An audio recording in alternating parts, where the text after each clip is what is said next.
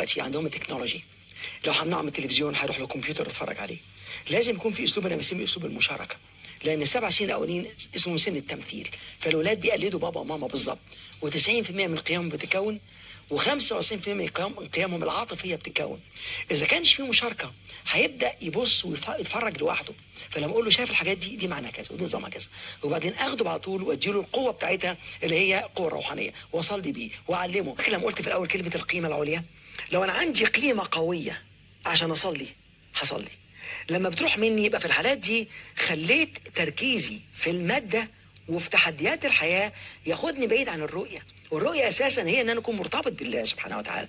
قبل ما تنام بالليل هتعمل نفس الشيء، هتقول مهما حصل، لو ادينا ساعه وانا متدفيه وماليش مزاج واتضايقت امبارح بالليل وبكره مش عارف عندي ايه ولازم اصحى مش عارف عامله ازاي، تقولي ولكن مهما كانت الظروف حبي لله سبحانه وتعالى اقوى من اي شيء، وهصحى لك يا رب العالمين. لو اللحظه دي اخر لحظه في حياتي هديها لك انت يا رب. لان الانسان لما يقعد يفكر، تعرفي حاجه بسيطه، انا لما كنت في مونتريال عملنا اعلانات في حته اسمها نيو برانزويك، وطبعا عملنا اعلان، واول مره رحنا هناك كان عندنا عدد ضخم فوق 1000 شخص. فانا قلت لا، انا هقعد النهارده بنفسي عشان اتابع على نمره التليفونات واعدادها. كان يوم جمعه، فقلت يعني الله غفور رحيم مش هروح الجامعه النهارده. تعرفي جالي كام تليفون؟ ولو زي ما يكون ربنا سبحانه وتعالى بيقول لي اخترت الدنيا، طب لا دي ولا دي. صح. جينا بقى اللي بعدها على طول، الجمعه اللي بعدها من بدري، لان انا احب اروح بدري اصلي براحتي وادعي واعمل كل حاجه واسبح قبل ما يبدا الشيخ او الامام يبدا ايه. بصيت لقيت يومها كلموني في التليفون، الدنيا مقلوبه، ده في اكتر من 500 مكالمه جم في 3-4 ساعات دول. فزي ما يكون الله سبحانه وتعالى بيكلمني.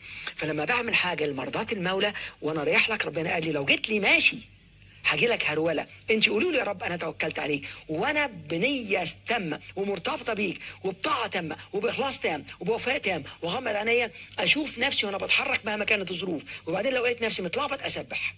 لان بخلي تركيزي من تركيز دنيوي ومادي اروح لتركيز روحاني، فتلاقي نفسي ان انا اروح، فهذا هو الارتباط.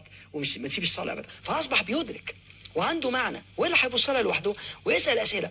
انا بقول باستمرار كلمه حتى سؤال، كويستشن، جايه من كويستا، يعني واحد ماشي في كويست في حياته، ماشي في طريق حياته. فاحنا صغيرين بنسال، لو ما عندناش اجابه هنسال بره. فلو عندي سؤال من غير اجابه فبكبر بعد كده عندي سؤال ما فيهوش اجابه، فبقى انا السؤال والاجابه. مشاركه، لما مثلا يجي يقول لي ماما بتعمل ايه دي، اقول له انت ايه رايك يا حبيبي؟ انا بخليه اكنه كبير. يقول لي انا شايف واحده مثلا عامله ازاي بتغني بطريقه خليعه، او اقول له المفروض ان احنا ما نتفرجش على دي، تعال بقى نقول لك الحاجه الصح فيها عامله ازاي، ايه رايك انت؟ شوفي حصل ايه، انا باخد منه وارجع له، وبعدين اخد منه وارجع له. ماما تقول لك ما تحطش ايدك على النار هتتحرق، بس ما قالتليش طب حط ايدي فين. فلما مش واخده بالها رحت حاطط ايدي في النار، ما انا عايز اجرب فاتحرقت. فقلت له قلت لها 50 مره ما تحطهاش، فتعلمت خوف من الفشل، يبقى انا فشلت لان ماما قالت لي 50 مره وانا برضو ما فهمتش وانا اتحرقت اهو. او ما تحطش ايدك في النار ليه؟ تعالى كده بص، لكن النار ممكن تدفينا، والنار ممكن نطبخ بيها، والنار ممكن نعمل بيها، فيعرف الفرق بين الاثنين. فما اوري له دي برضه نار، لو حطيت ايدك فيها هتتحرق.